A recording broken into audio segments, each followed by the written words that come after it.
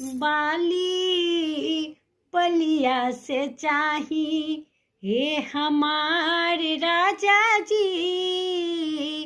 बाली बलिया से चाही हे हमारे राजा जी। लहंगा लखनऊ से चाही हे हमारे राजा जी।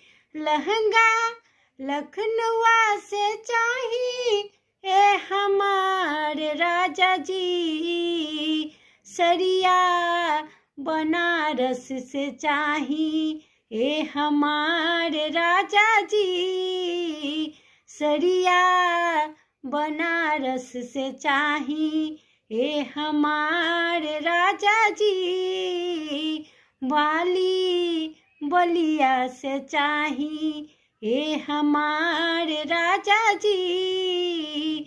बाली बलिया से चाही हे हमारे राजा जी।